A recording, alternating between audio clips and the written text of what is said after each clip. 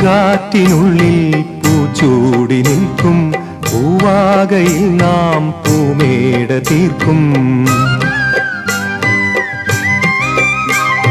പൂങ്കാറ്റിനുള്ളിൽ പൂച്ചൂടി നിൽക്കും പൂവാകയിൽ നാം പൂമേട തീർക്കും. പുണരും പുതുവെയിലിൻ പുലരിക്കൂടിൽ പടരും നറുമലരിൻ ഇതളിൻ ചൂടിൽ